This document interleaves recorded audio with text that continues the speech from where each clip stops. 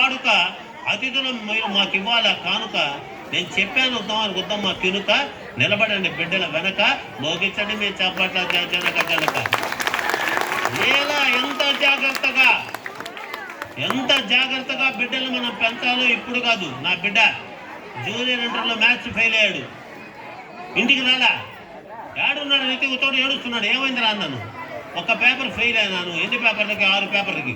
6కి 1 ఫెయిల్ అయ్యావా, 5 పాస్ అయ్యావా? అయితే అది మీ ఫ్రెండ్స్కు పార్టీ ఇచ్చాను. మీ ఫ్రెండ్స్కు పార్టీరా, 5ని బీపీఎస్ తీసుకోపోయి బాధ ఇప్పించా అంతే. వెళ్ళాడు, ఇంట్లో పోయాడు, తలుపేసుకున్నాడు. ఇన్స్టెంట్ ఎగ్జామ్ దాకా సూపర్గా చదువుకున్నాడు. 75కు 74 మార్కులు తెచ్చుకున్నాడు. ఈ రోజున 30 లక్షల రూపాయలు సంపాదించి ఉద్యోగం చేసుకుంటున్నాడు. అదే ఆ రోజు నా బిడ్డ ఫెయిల్ అయినందుకు వాడిని కొట్టుంటే ఎటుపోయిండేవాడు నా బిడ్డ. అసలు నా కళ్ళకు కనిపించేవాడా? ఏదైనా అందరూ ఈ రోజుల్లో పిల్లలు, మొన్న చూడు ఆమె ఎవరు, ఆమె అమ్మ నిజంగా నా తల్లే, భర్త సినిమాకు తీసుకోపోలేదు, చెరువులో దిగి తెచ్చిపోయింది. ఓరే దేవుడా, భర్త సినిమాకు తీసుకోపోలేదు, చెరువులో దూకి చనిపోయిందంటే ఎంత తొందర, ఏందా తొందర, ఆవేశాలు. చాలా జాగ్రత్త. నిన్ను అమ్మ అన్నారు, మమ్మీ అనిపించుకోవాకు. ఎందయా మమ్మీ, పిచ్చినడు కింద పడేసి 4 కుమ్మి చేసుకోవాలి, అక్కడ దొమ్మి ఆడిపోతుంది ఉమ్మి. అర్థమైంది అమ్మే?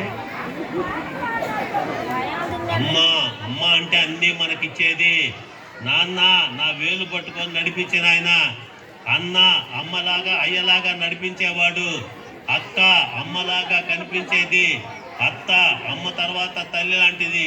అందరూ ఆంటీ అంటే అత్త ఎవరో తెలియటల్లా. అందరి పెద్దవాడిని అంకుల్, ఆంటీ. మంచి మాటలు మందాగా చెప్పా, ఇప్పుడు చెప్తున్నా.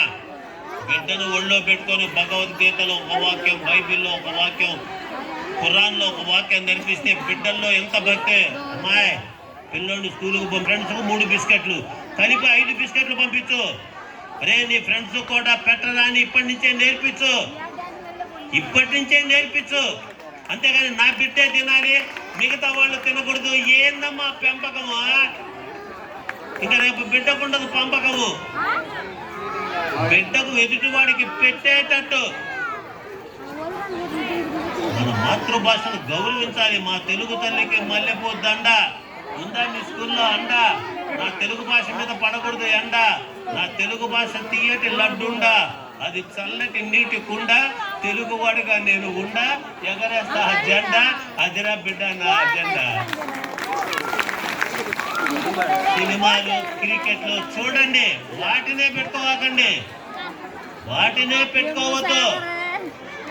ఈ బిడ్డల్లో అనంతమైన కళ ఉందని డ్యాన్సులో చెప్తున్నాయి. పిల్లల డ్యాన్సుల్లోనే చెప్తున్నాయి. వాడు దాని నుంచి చెయ్యి ఇట్లా పట్టుకొని ఉన్నాడు. పిల్లలు వేదిక ఎక్కగానే మా పొజిషన్ ఇదాని ఇట్లా పట్టుకొని ఉన్నాడు. మేము చెప్తున్నాం, అరే ఆపరా. అది ఏకాగ్రత.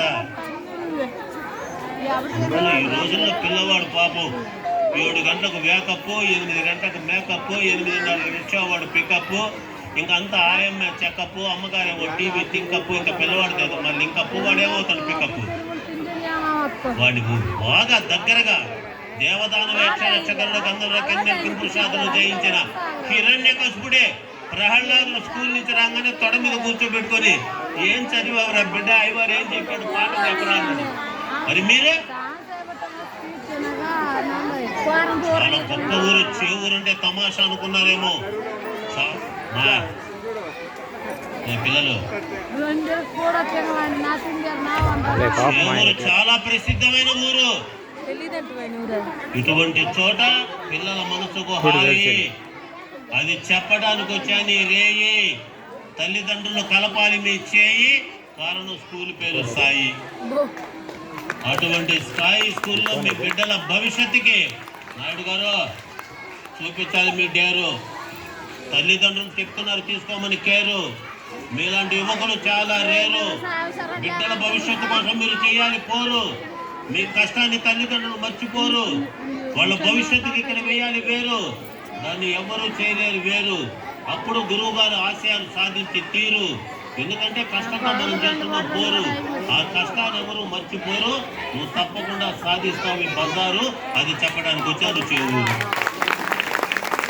ఇటువంటి అటువంటి చేవూరు ప్రాంతంలో ఒక చక్కటి స్కూల్ పెట్టి మా నవాబు గారు, ఏమయ్యా నవాబు, వాళ్ళకి నువ్వే జవాబు.